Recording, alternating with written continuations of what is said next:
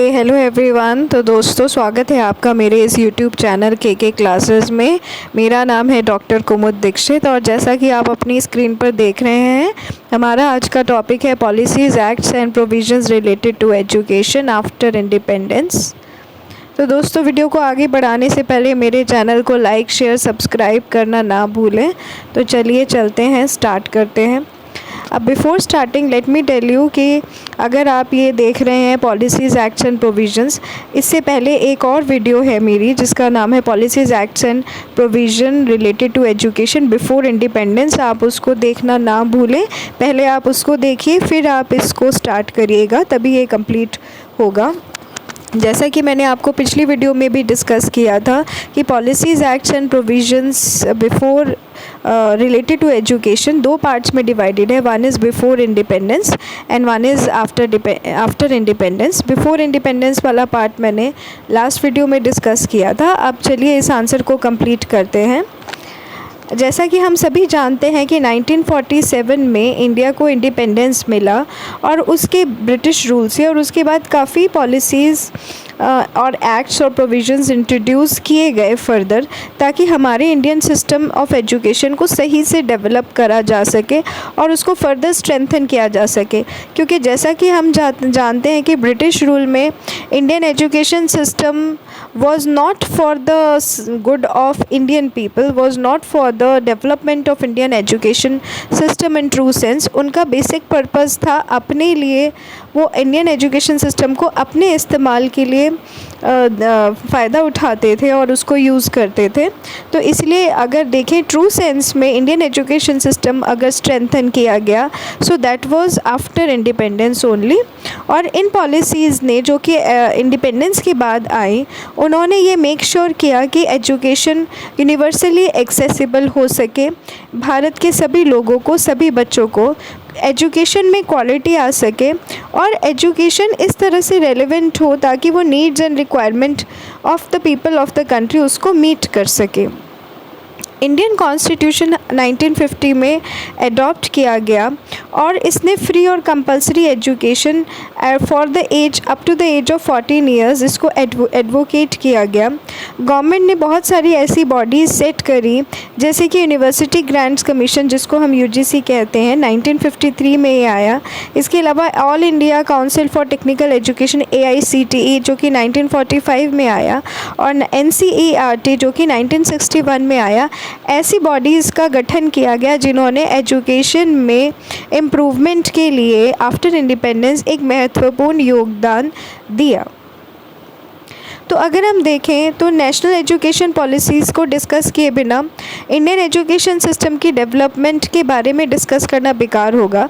तो ये दो national education policies I apart from the policy of the current policy that is 2020। The first policy that came was in 1968 under the regime of Indira Gandhi.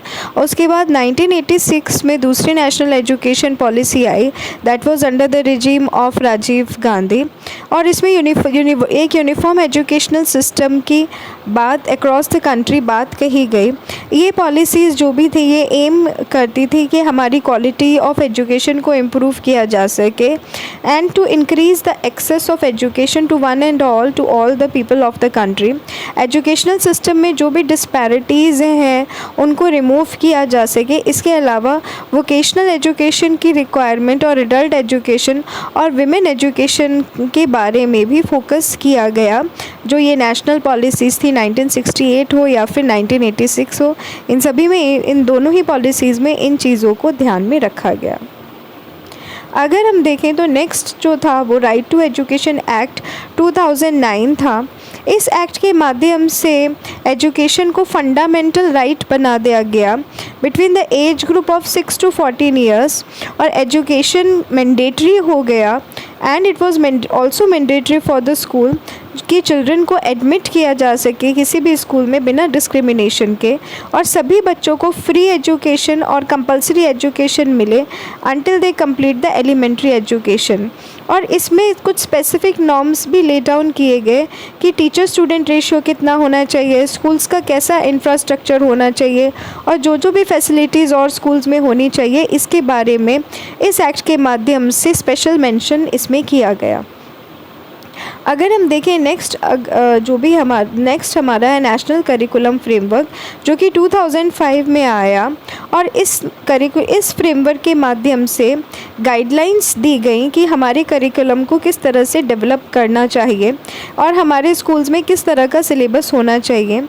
इस framework के माध्यम से ये भी इंश्योर किया गया कि जो भी करिकुलम हो वो बच्चों की नीड एंड रिक्वायरमेंट के हिसाब से बने, वो रेलेवेंट हो, उनकी रिक्वायरमेंट को देखते हुए फ्लेक्सिबल हो और लर्नर की नीड्स को ध्यान में रखकर बनाया जाए। इस एक्ट के माध्यम से चाइल्ड सेंटर्ड एजुकेशन और activity based approach of learning पर भी फोकस किया गया।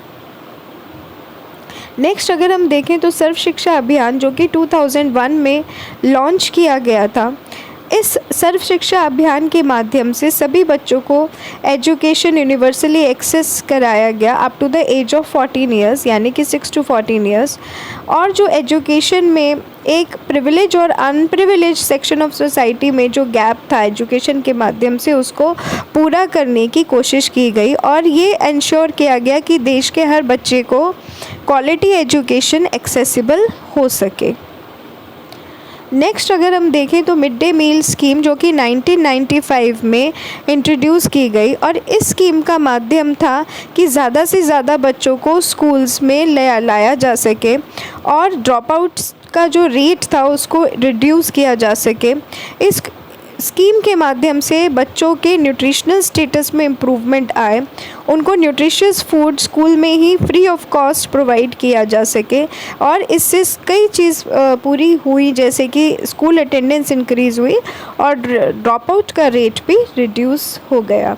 So mid day meal scheme ये थी जो कि 1995 में इंट्रोड्यूस की गई थी। नेक्स्ट अगर हम देखें तो नेशनल लिटरेसी मिशन, जो कि 1988 में आया।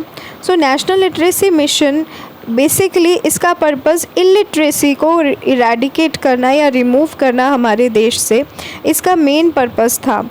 इस मिशन का एम था कि फंक्शनल लिटरेसी हर एक इंडिविजुअल जो कि 15 साल से अब ऊपर है उनको प्रोवाइड की जा सके और इसमें स्पेशली ध्यान दिया गया जो कि फीमेल्स हैं या डिसएडवांटेज ग्रुप जैसे कि SC ST या माइनॉरिटी कम्युनिटीज़, इनके ऊपर फोकस किया गया।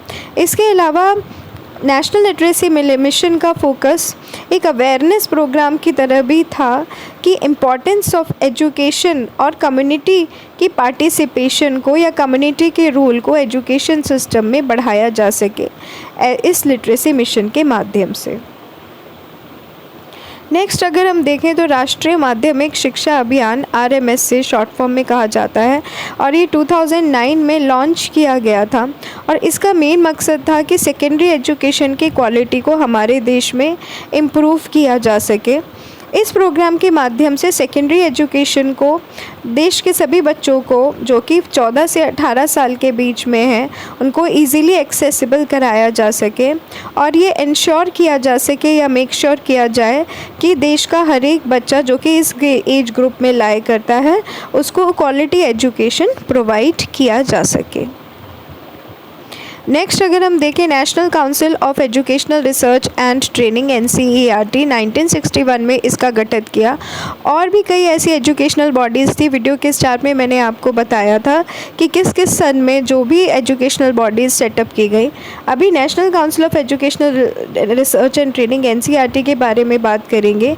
बेसिकली इसको डेवलप किया गया नेशनल करिकुलम फ्रेमवर्क को प्रमोट करने के लिए और एक कॉमन सिलेबस जो स्कूल में फॉलो किया जा सके उसको ऑर्गेनाइज करना और क्वालिटी ऑफ एजुकेशन को इम्प्रूव करना और ये इंश्योर करना कि करिकुलम जो है वो बच्चों की नीड्स एंड रिक्वायरमेंट्स को ध्यान में रख के बनाया गया हो and it is relevant and responsive for the needs of the learners.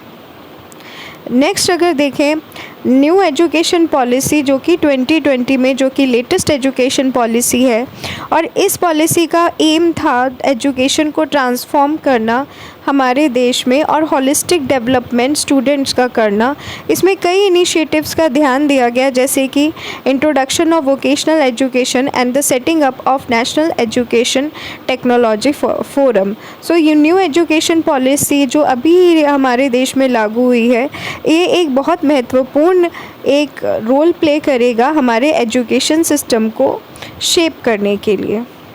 तो अगर हम देखें, जैसे कि मैंने अभी इस वीडियो में डिस्कस किया, education reform, educational policies, acts and provisions after independence, इसमें मैंने सारे लेटेस्ट आफ्टर इंडिपेंडेंस जो भी प्रोविजंस आए हैं उनको डिटेल में आपके समक्ष डिस्कस किया है। बुक्स में अगर हम देखें तो पुरानी पॉलिसीज़ पड़ी हुई हैं, लेकिन नई पॉलिसीज़ को टच नहीं किया गया है। तो ये वीडियो उस तरीके से भी आपके लिए इम्पॉर्टेंट है, क्योंकि इसमें सारी लेटेस्ट जो भी एजुकेशनल पॉलिसीज़ हैं उसके बारे में डिस्कस किया है। अगर आप आंसर में अपने लेटेस्ट इन्फॉर्मेशन शेयर करते हैं तो उसमें आपको ज़्यादा मार्क्स की गुंजाइश होती है, क्योंकि आप लेटेस्ट ट्रेंड्स जो भी एजुकेशन में हैं वो अपने आंसर के माध्यम से डिस्कस कर रहे हैं। तो अगर हम कंक्लूजन में देखें कि ये जो भी पॉलिसीज़ और एक्ट्स हमने एजुकेशन से रिलेटेड आफ्टर इंडिपेंडेंस हमने शेयर किए हैं, ये क्रूशियल रोल प्ले करती हैं हमारे एजुकेशन सिस्टम को शेप करने में और हमारे एजुकेशन सिस्टम को इजीली एक्सेसिबल करने में, और लर्नर सेंटर्ड एजुकेशन का निर्माण करना और ये इंश्योर करना कि हर एक बच्चे को, every child has the right to education, इन पॉलिसीज़ और एक्ट्स के माध्यम से ये इंश्योर किया गया। So this was all about this topic. Thank you all of you and see you in the next video. Thank you.